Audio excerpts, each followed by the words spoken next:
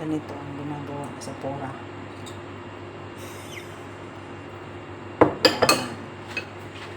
Ang nahulog na. Ganyan yan. Okay.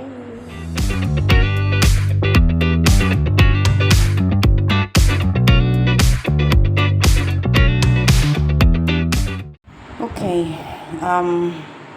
Hi mga kadindingan. Part 2. I'm not sure. Part 2, Part 3.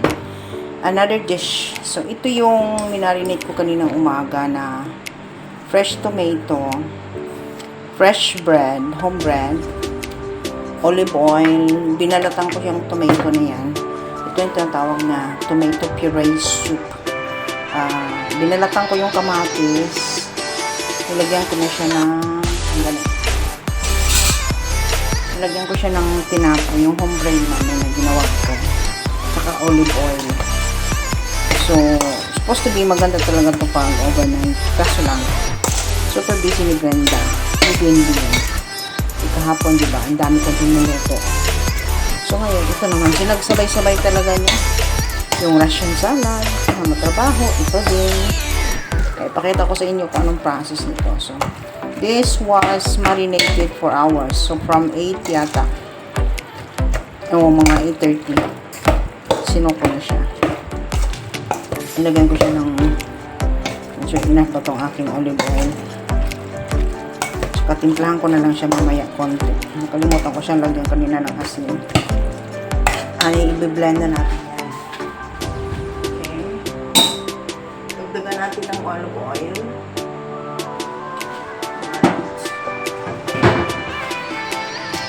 Ito niya. Saka mamaya, yung process nito kung makita niyo.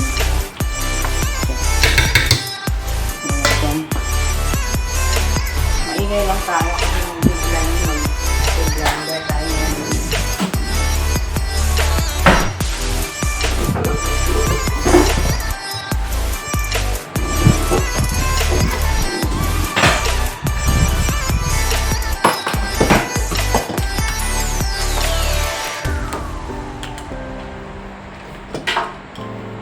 Pagod na ako, sa totoo lang guys, sabi niyo ba?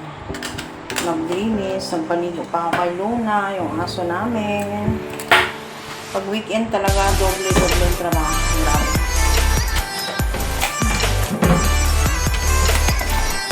Talagang buhay. Alright, are you ready? Let's make noise.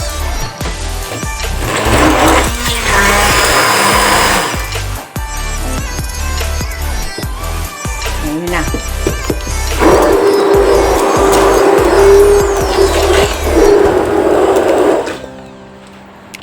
Done.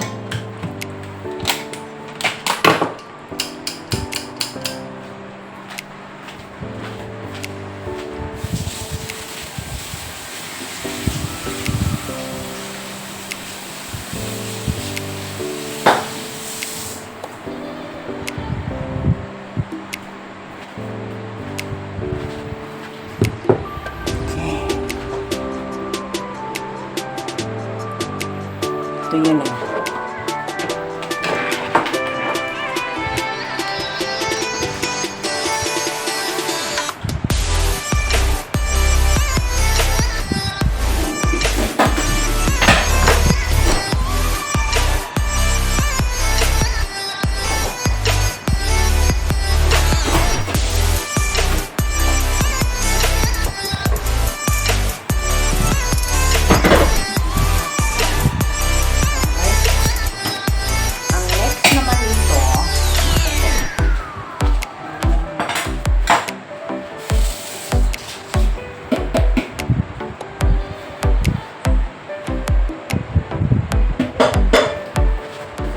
Talaga. Grabe. Ang ginagawa. Oo, grabe dito magbaluto. Grabe dito magbaluto ng pagkain. Masyadong sobra-sobra ang trabaho. Pero, what to do, diba? Yan ang sinasabi natin. Yan ang trabaho natin. Maswerte yung ibang mga katulong at gaya ko, mga OFW. Mabait ang amo. lumalabas ng out lang. Dinner out. Ito, hindi mo mapa-dinner out yan. Now, tingnan mo sila maghapon na sa school. Kasi may activities. Kaya, talagang kakain sila ng dinner sa bahay. So, ano nga ba ng point na katulong ko? Hindi nila anuhan. Kaya bilib ako dun sa iba. Yung kapitbahay ko dyan, mas malaki pa ang buwan niya pa sa akin. Ay, ito na naman si Jinji. Nagre-reklamo na naman. Just saying, guys, surtihan lang talaga. Anong surti naman ako on other side. Yun lang talaga. Matrabaho mo dito. Talagang gusto nila kumain ng homemade. Yung bahay, kumbaga. Sa kamano. Ang mga Spanish, mahilig sa mga ganito. Yung nagtrabaho na porsyon. Sarap nga naman. So, anyway. Tapusin na natin to kasi medyo matagal lang talaga ako nito. It takes a while mag-process nito. Kailangan kasi kunin yung seeds. O yung ano lang, kailangan pino. Medyo hindi pula yung aking kamatis. Okay lang.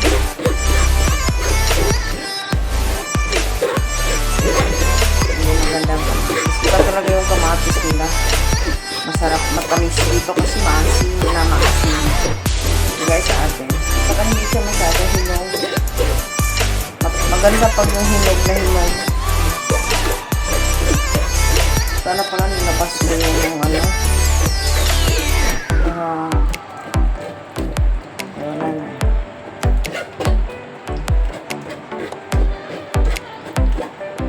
Ngawit, nakakangawit. Okay. Alright mga kalindin. I'll see you around, okay? Mayroon pa ako next. Alright. Thank you sa pagsama.